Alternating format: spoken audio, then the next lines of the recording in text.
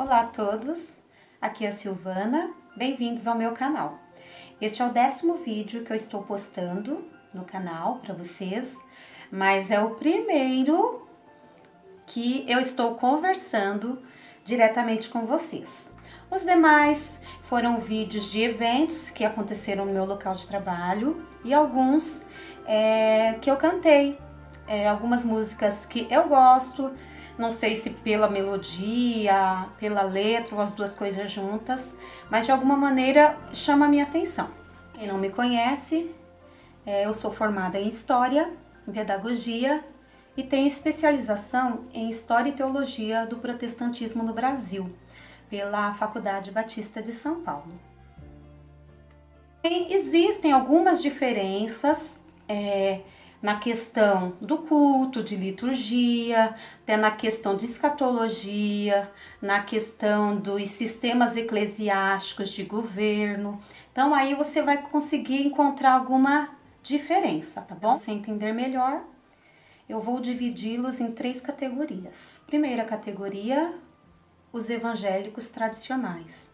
Segunda categoria, os evangélicos pentecostais.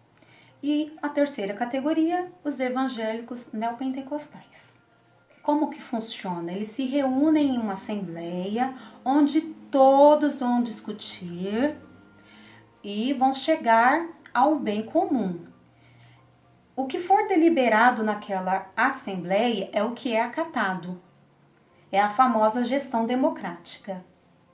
Então, esse modelo eclesiástico utilizados nas denominações tradicionais tem por título modelo eclesiástico congregacional. Já nas igrejas pentecostais e neopentecostais, o que é utilizado, o sistema de governo que é utilizado é o sistema eclesiástico episcopal, onde o poder está na mão do pastor. Ele decide se ele vai disciplinar, se ele vai trocar um dirigente, se ele vai pintar a igreja de amarelo ou de azul, fica na mão dele. É menos burocrático, é mais rápido, mas tem mais chances de haver erros e quem vai corrigi-lo? Já no modelo eclesiástico congregacional é mais moroso, é mais burocrático, porém a vontade da maioria que prevalece. Eu vou citar para vocês alguns exemplos de igrejas tradicionais, tá? Ela assemelha-se com as outras igrejas tradicionais, com cânticos animados, momentos de orações. Um outro exemplo é a igreja congregacional. Ela foi fundada em 1855 em Porto Alegre. Cerca de 140 mil membros. Eles se utilizam de um inário, salmos e hinos com músicas sacras. Um outro exemplo é a Igreja Presbiteriana. Ela foi fundada em 1859, ela é de doutrina calvinista. Tem até uma universidade aqui em São Paulo, a Universidade Presbiteriana Mackenzie. Tem algumas figuras conhecidas, que é o Reverendo Augustus Nicodemos, o Hernandes Dias Lopes. Ela já é um outro exemplo de igreja tradicional. Temos também a Igreja Metodista, fundada em 1867, lá no Rio de Janeiro, por John Wesley. Ela se difere um pouquinho das outras igrejas tradicionais por conta desse movimento de renovação espiritual. Ela foi fundada em 1882 e tem o Colégio Batista. O forte deles é a questão de educação teológica formal e também a questão dos trabalhos sociais. Igrejas pentecostais. A ênfase dada nessas denominações é o batismo com o Espírito Santo logo após a conversão, que consiste em falar em línguas. Tem a questão também da batalha espiritual, possessão demoníaca, expulsão de demônios. Hoje nem tanto, mas pelo menos inicialmente dava-se pouca ênfase na educação formal e teológica dos obreiros. Isso aí já está mudando um pouquinho, mas ainda a gente encontra alguma resistência em alguns lugares quanto a isso também. O sistema de governo, como eu falei anteriormente, é episcopal, onde o pastor governa sozinho.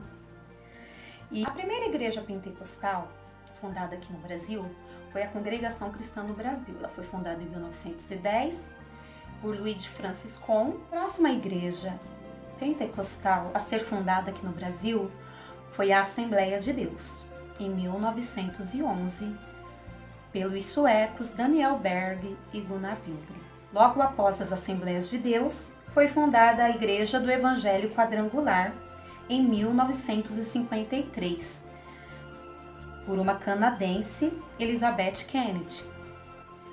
Após a Igreja do Evangelho Quadrangular, a gente encontra também a Igreja Pentecostal Brasil para Cristo, fundada em 1956 pelo pernambucano Manuel de Melo. Ele se desligou das Assembleias de Deus e fundou a Igreja Pentecostal Brasil para Cristo. Igreja Pentecostal Deus é Amor, fundada em 1962 pelo missionário Davi Miranda, onde o rádio sempre foi um meio de comunicação. Agora nós vamos falar sobre as igrejas neopentecostais. O que é que ela se difere de uma igreja pentecostal?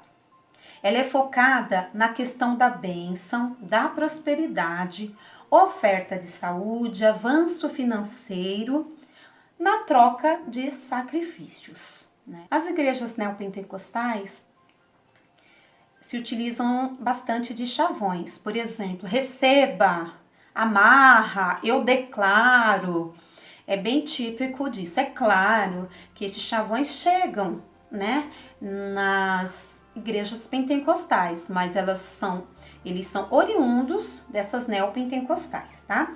E nota-se um sincretismo religioso, porque eles misturam alguma coisa do catolicismo com o espiritismo nos cultos, né? Você pode ver naqueles programas que transmitem cultos de igrejas neopentecostais esse sincretismo religioso.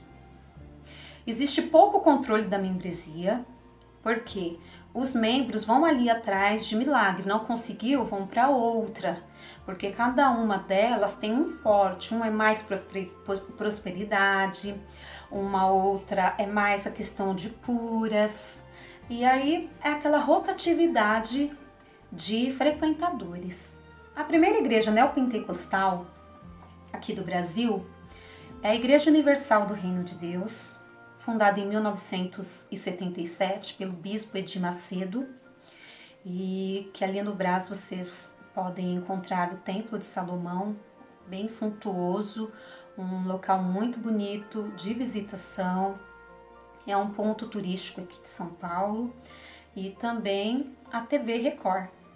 A Igreja Internacional da Graça de Deus também é uma igreja neopentecostal, foi fundada em 1980 pelo Romildo Ribeiro Soares, mais conhecido como R.R. Soares, cunhado do Edir Macedo. Tem a Comunidade da Graça, que foi fundada em 1979 por Carlos Alberto e Sueli Bezerra.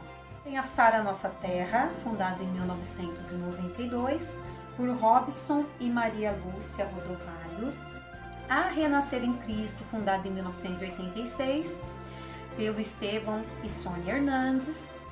Tem a Mundial do Poder de Deus, fundada em 1998 por Valdemiro Santiago. Tem a Bola de Neve, também neopentecostal, de 1993, fundada por Rinaldo Luiz de Freitas. Tem também a Plenitude do Trono de Deus, fundada em 2006 por Agenor Duque e Ingrid Duque. No próximo vídeo, a gente vai conversar um pouquinho sobre a Assembleia de Deus Ministério de Belém. Vou dar detalhes para vocês. Foi o tema da minha monografia. Eu falei sobre o sistema eclesiástico adotado pela Assembleia de Deus Ministério de Belém. A gente vai falar um pouquinho do contexto histórico da sua fundação, dos fundadores. É um assunto muito interessante. Eu acredito que você vai gostar. Se você gostou desse vídeo, se inscreva no canal, compartilha, deixa o seu like, que aí você ajuda na divulgação do canal. Até breve. Um beijo!